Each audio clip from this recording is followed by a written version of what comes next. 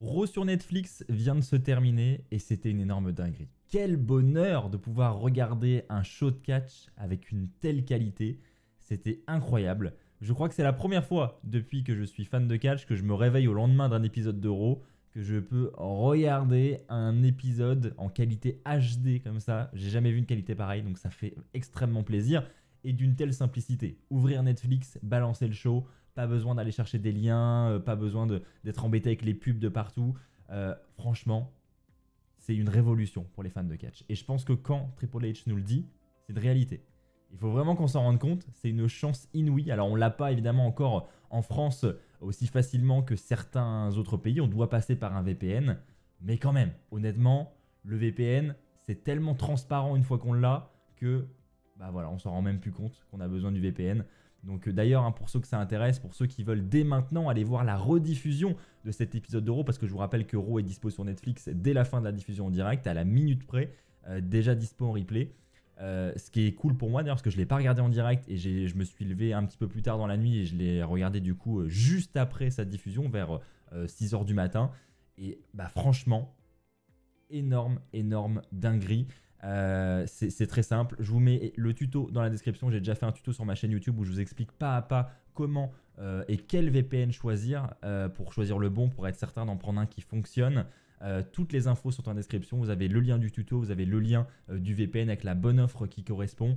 Et franchement, tous mes potes ont regardé en direct cette nuit, ils ont tous visiblement kiffé. Moi je l'ai regardé en rediff, c'était énorme. Et voilà, on va revenir ensemble évidemment sur ce show dans cette vidéo. Mais globalement, la facilité d'accès, c'est ce que je retiens. Et la qualité d'image. Enfin, moi, j'en reviens toujours pas. Honnêtement, je trouve ça vraiment ouf. Donc, si ça vous intéresse, tout est en description. On va donc commencer effectivement avec la salle, le décor, la production. Tout était parfait, de mon point de vue en tout cas. Regardez-moi cette image. Déjà, pour ouvrir Raw, on avait un rideau géant suspendu au-dessus du ring avec la promo sur l'histoire du catch, hein, en gros, la promo d'ouverture de ce show historique. On voit vraiment qu'ils veulent montrer que c'est un show historique. Et on a ensuite Triple H qui nous accueille pour cette nouvelle ère avec la pyrotechnie.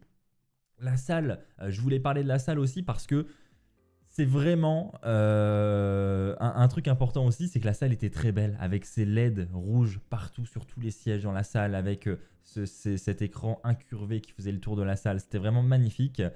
Le décor, voilà, on s'attendait à un nouveau décor, on voulait pas être trop déçu. Alors on avait un décor assez minimaliste, mais je trouve qu'ils ont fait un effort. Voilà, c'était un petit décor, mais avec cette profondeur au sein du stage, ce couloir hein, par lequel arrivent les superstars. Je ne sais pas si on aura du coup le même décor toutes les semaines ou s'il était spécial pour cette première sur Netflix, mais en tout cas, globalement, moi je trouve que on a été plutôt gâtés et c'était pas trop mal. La table des commentateurs également est très jolie. Voilà, j'avais peur hein, qu'ils nous rajoutent trop de LED encore. Il y a tellement des LED partout maintenant. Au final, c'est passé crème. Le tapis de ring avec les sponsors, bah, il m'a pas trop embêté finalement durant la soirée. Voilà, moi qui avais un petit peu peur justement et qui était inquiet à ce sujet-là, j'ai trouvé que ça passait plutôt bien. Donc voilà, à voir sur le long terme. Et la production. Alors la production, alors, il y a la qualité forcément, mais après la qualité, bon, elle était déjà là avant. C'est juste que bah, soit fallait regarder à la télé quelques jours après sur AB1 pour avoir une bonne qualité, ou sinon bah, fallait regarder sur le network, mais les Raw, SmackDown, etc. n'étaient pas dispo sur le network immédiatement. Donc si on voulait avant regarder un Raw, un SmackDown juste après sa diffusion aux États-Unis, il fallait essayer de trouver des liens sur Internet. Et généralement, en tout cas, juste après la diffusion, on n'avait jamais des vidéos d'une extrême qualité, quoi. C'était toujours très limité. On avait à peine de la 720p. Là, la qualité, moi, ça m'a fait bizarre. Hein. Dès que j'ai lancé Netflix, c'est le premier truc qui m'a choqué. Je me suis dit, wow, la qualité, j'étais tellement pas habitué. Donc voilà, ça c'était énorme. Et puis les plans de drone, les plans de caméra de manière générale, c'était franchement d'un point de vue production extrêmement bien foutu également. Ensuite, alors on va parler un peu des résultats quand même, hein, je voulais quand même en parler avec vous. On va parler notamment de Rhea Ripley qui remet effectivement ses mains sur l'or. Elle a affronté Liv Morgan. Alors bon, comme je vous l'avais dit dans ma vidéo et comme on en avait parlé dans le podcast cette semaine, la stipulation, le Last Woman Standing qui avait été annoncé, a disparu. Finalement, il n'y avait pas de Last Woman Standing. Donc on aura des interférences du côté de Liv Morgan durant ce match, mais qui heureusement pour Rhea Ripley ne lui coûtera pas le match et qui ne l'empêchera pas de remporter le match et de mettre les mains sur ce titre de championne du monde. Après le match, on a Dominic Mysterio qui monte sur le ring, qui fait semblant de vouloir faire un câlin à Rhea Ripley. Rhea Ripley rentre dans son jeu, mais finalement lui assène un petit coup de pied dans les parties intimes qui a bien calmé Dominic Mysterio, comme vous pouvez le voir sur cette image. Et ensuite, on a une célébration de Rhea Ripley, la musique de l'Undertaker qui retentit et l'Undertaker qui vient célébrer avec Rhea Ripley. Et donc justement, ça va me faire une parfaite transition pour mon point suivant.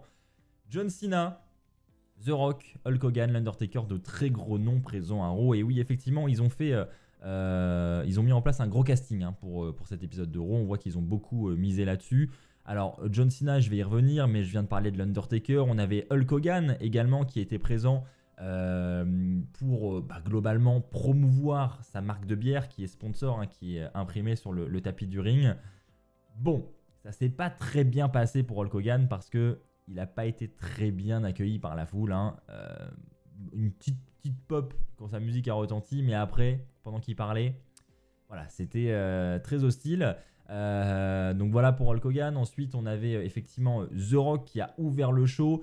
The Rock qui nous a notamment dit que... il a félicité Cody Rhodes, faut le souligner. Il a remercié Cody Rhodes et il l'a félicité pour ses 1 an là en tant que champion. Il dit qu'il a vraiment porté la WWE sur ses épaules. Donc à voir s'il était vraiment sincère. Mais en tout cas là, ça semblait être sincère. Donc visiblement pas de storyline à l'horizon pour le moment entre The Rock et Cody Rhodes.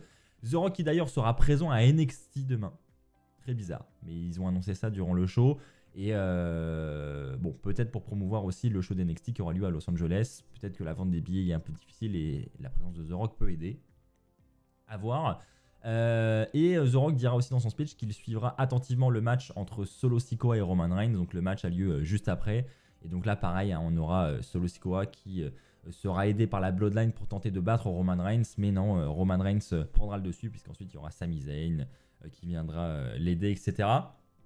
Et Roman Reigns va finalement remporter ce match dans une situation qui était bien utilisée globalement. Le Tribal Combat était bien utilisé. On a eu des tables, on a eu des kendo, on a eu des chaises. Donc voilà, c'était assez divertissant à voir. Et donc à la fin du combat, on a Roman Reigns qui célèbre et on a The Rock qui arrive. Et là, on se dit, moi le premier, je me dis, est-ce que c'est pas le moment? Est-ce que The Rock va pas la mettre à l'envers à Roman Reigns? Et pas du tout. Enfin, en tout cas, pas pour l'instant. Il vient tout simplement mettre le collier autour de la tête de Roman Reigns et ensuite il lui fait une accolade, une poignée de main et il laisse Roman Reigns célébrer tranquillement. Donc voilà pour The Rock. Donc pour l'instant, on n'en sait pas plus sur WrestleMania concernant Roman Reigns et The Rock. Voilà, ni même Cody Rhodes, on n'en sait pas plus. John Cena, John Cena, lui, c'est un peu plus intéressant.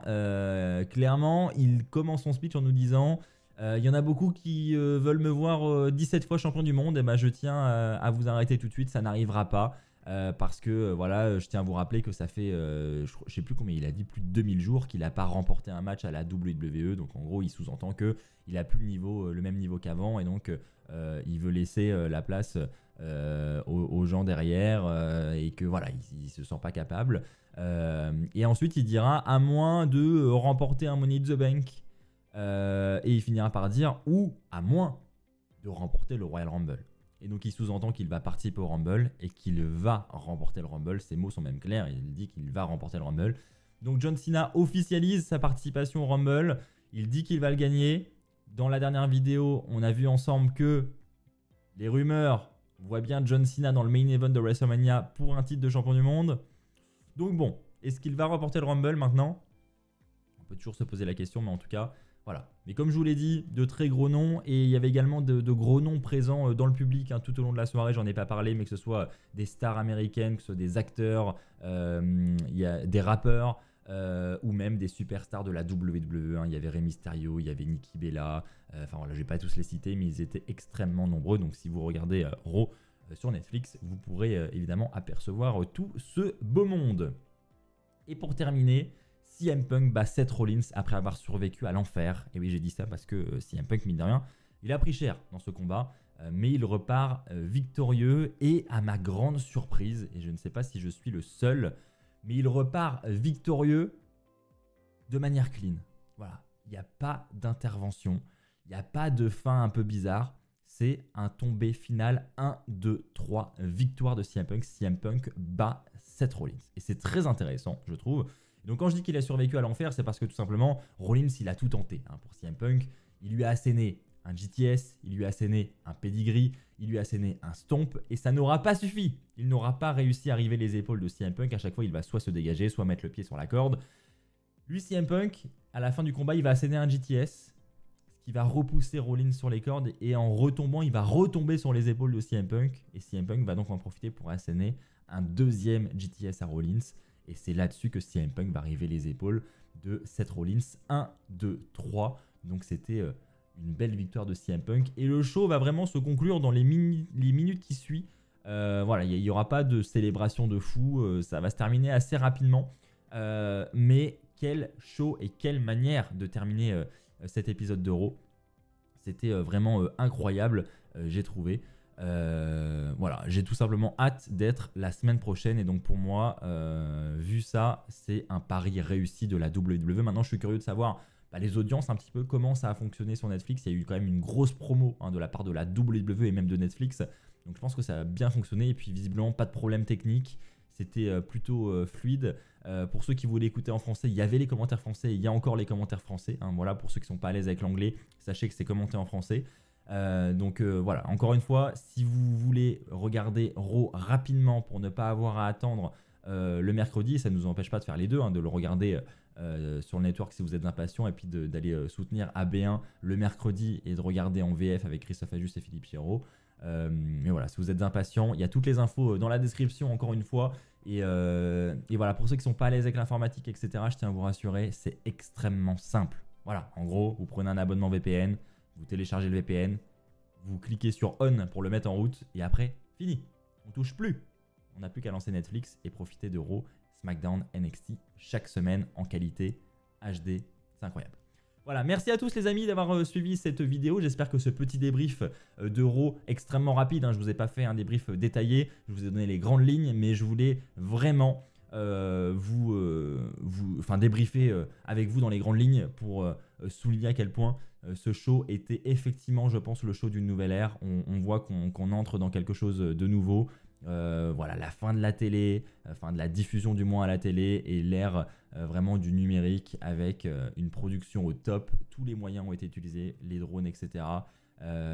J'ai trouvé en plus que c'était pas trop, parce que voilà, parfois on veut faire trop de plans, trop. Au final, j'ai trouvé que c'était vraiment relativement bien produit, et honnêtement, c'était très agréable à regarder.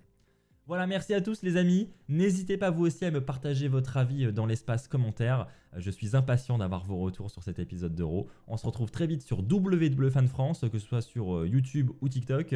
D'ici là, portez-vous bien, et n'oubliez pas, soyez toujours très très fiers d'être fan de catch. Allez, bye tout le monde.